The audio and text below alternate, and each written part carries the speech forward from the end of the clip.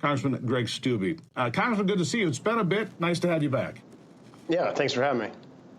All right, so look, this whole deal was supposed to take about 30 minutes. It was all cut and dried. Hunter Biden had a complete gift from the court and the prosecutors, it looked like. But, man, it fell apart, and it fell apart in a dramatic way, didn't it?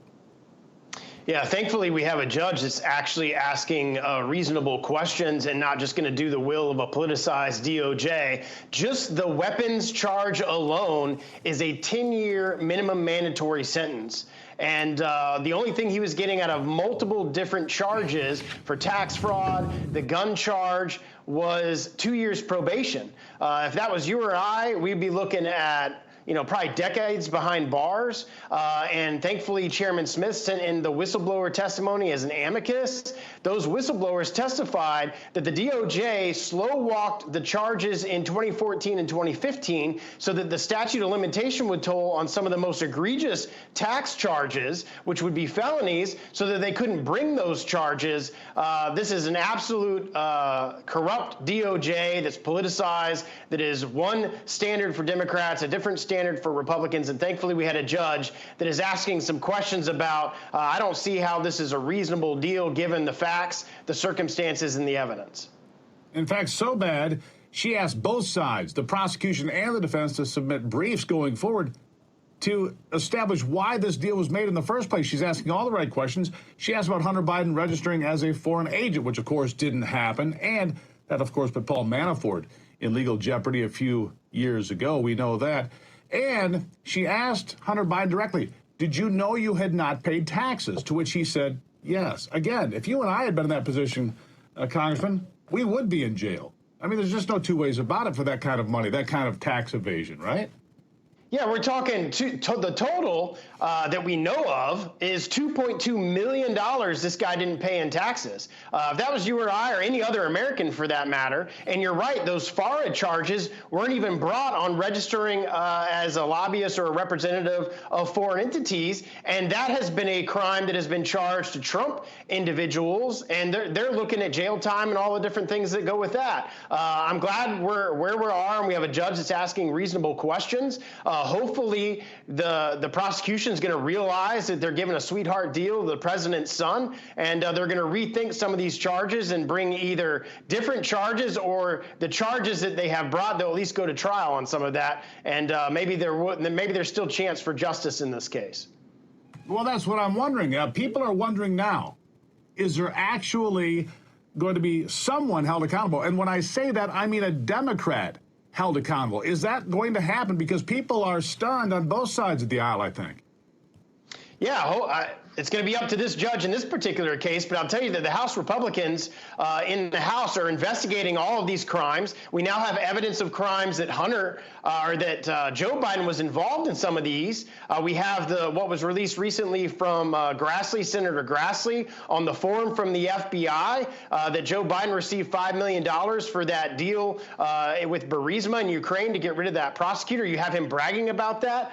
Myself, we're working on an impeachment resolution. You now have leadership in the House that is considering that for these corruption charges. I think there's plenty of evidence. If President Biden was not president and could be charged with a crime, he would be locked up and all that. Just listen to some of the whistleblower testimony on the IRS, where the DOJ wouldn't allow them to do search warrants, wouldn't allow them to go down the road of the evidence that showed that the big guy, Joe Biden, was involved in some of these transactions.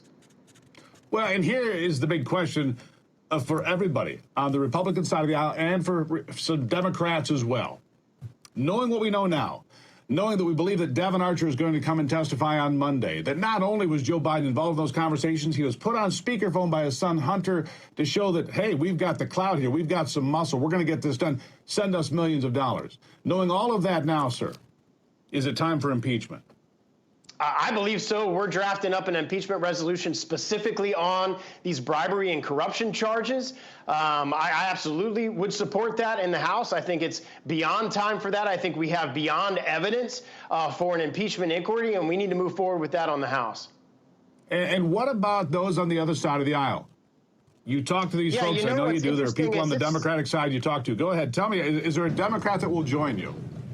No, it's so politically polarized up here.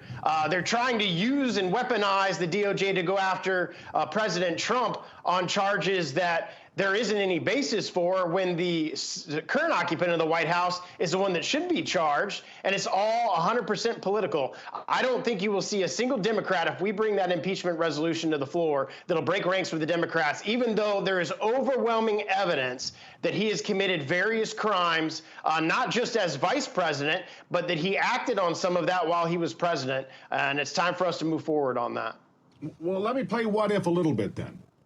If Devin Archer appears on Monday and testifies to the things that Miranda Devine and people in the New York Post and others are reporting, that he will say it was 24 different times that he heard or witnessed Joe Biden involved with conversations involving Hunter Biden, business dealings, and Devin Archer and all of these different companies, whether it's China, Russia, Ukraine, Romania, all of them. Is there a Democrat that you think will say, you know what, at some point you've got to say the truth is the truth? There's an election next year. The American people are finally seeing this for what it is. Do you see anybody that will cross that line? Well, let's pray that that's the case, and there's some reasonable Democrats that are going to look at the evidence and see that it's overwhelming, that Joe Biden was involved in some of these transactions with his son Hunter, that Joe Biden received millions of dollars along with his family members and is willing to look at this from what's best for the country perspective, that you have somebody sitting in the highest office in the greatest country of the world that has committed these crimes and is willing to say, look, this isn't the type of person that should be the president of the United States. To me, Kevin McCarthy, over the last few days, his attitude toward this has changed. I'll give you the last word on this. Do you have unanimous support? Do you think if you go forward with these articles of impeachment you're writing up, do you have unanimous support from the Republicans? At this point, with the evidence that has come out through the different investigations, you've got the Ways and Means Committee investigating the IRS side of it. You've got the Oversight Committee investigating the transaction side of it and the financial side of it. You've got the Judiciary and the Weaponization Committee that I sit on investigating part of it. There is overwhelming evidence. I surely would hope that the entire Republican conference would support this moving forward. All right, give me a timetable real quickly before I let you go. A timetable on when we would see something or have something make it to the floor of the House. Yeah, so if we file the bill this week, we go into our August recess every year. Congress recesses in August. I would think the September, October timeframe, the committee would start the impeachment inquiry process, and hopefully by the end of the year, we would be voting on it. I would think this is more pressing than going on vacation, but hey, that's just a working American out here. I don't disagree with you, but I don't make the schedule. I understand, sir. Congressman, thank you for being here. Anytime. Thanks for having me.